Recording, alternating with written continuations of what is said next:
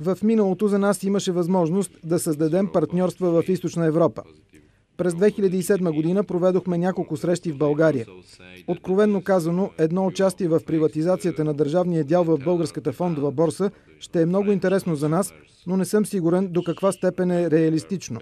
Не съм запознат в детайли с визията на министър Дянков за продажбата на дела на финансовото министерство в Българската фондова борса, но това, което си спомням от посещението ми преди 2 години и половина в България, е, че тогава нямаше ясна концепция дали този дял трябва да се изкупи от един инвеститор или да бъде разпръснат между повече потенциални инвеститори. Този път за нас ще е добре да узнаем дали концепцията за приватизация на Българската фондова борса от новото правителство е по-ясна, най-вече от гледна точка на кого като профил инвеститор ще се предложи този дял. Не съм запознат и с отношението на българските брокери и инвестиционни посредници в момента по тази тема. Преди те приемаха неохотно идеите за приватизация на държавния дял на вашата фондова борса. Сега като че ли не участват активно в такава дискусия. Мисля, че една от разликите между България и Полша е, че ние имаме общност от инвестиционни посредници, която е много активна в дискусиите. Посещението ни на Варшавската фондова борса съвпадна с пресконференция на ръководството на Националния депозитар на ценни книжа в Полша. От 1994 година това е независимо акционерно дружество. По 1/3 дял в него имат Министерство на финансите, Националната банка на Полша и Варшавската фондова борса. Главна отговорност на институцията е попечителството върху всички ценни книжа, допуснати да се търгуват на борсата, след първично публично предлагане, помирителни процедури и мониторинг.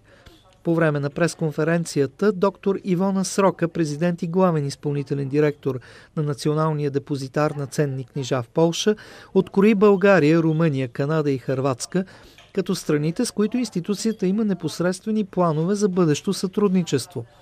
Тя съобщи, че първото двойно листване на българска компания на Варшавската фондова борса може да се очаква през пролетта на 2010 година. Повече подробности получихме от Майкъл Лукац, главен специалист в отдел стратегия и бизнес развитие в Националния депозитар за ценни книжа. От 2 години Софарма и някои други български компании проявяват интерес към листване на техните акции на Варшавската фондова борса.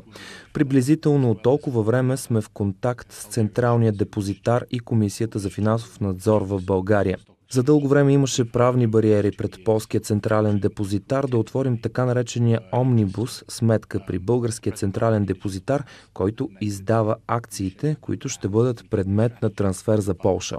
Принципът на омнибус сметката означава, че националният депозитар на Полша няма да бъде разглеждан като собственик на ценните книжа, регистрирани в тази сметка, дори когато притежателят на които и да е книжа не е идентифициран. След няколко посещения в България и интензивна кореспонденция с вашата комисия за финансов надзор, в края на юни тази година получихме писмо, че ще можем да открием омнибус сметка, като ще бъдем третирани не като финансов посредник, а като институция, която осъществява надзор.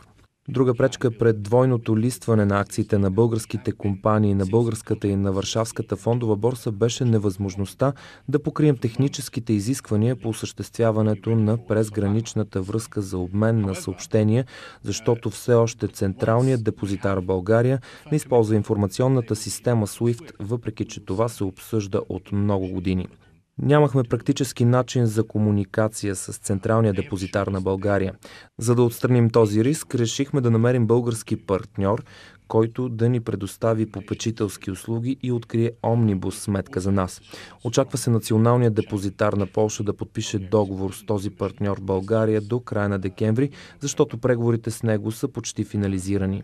Ние искаме да изградим пряка връзка с българския централен депозитар, главно за да намалим разходите. Софарма има намерение да направи първото двойно листване на българска компания на Варшавската фондова борса през първото тримесечие на 2010 година. Такъв интерес имат и други български компании. Изграждането на връзка между депозитарните институции на двете страни нормално отнема 2 месеца. Рекордът ни до сега е 2 седмици.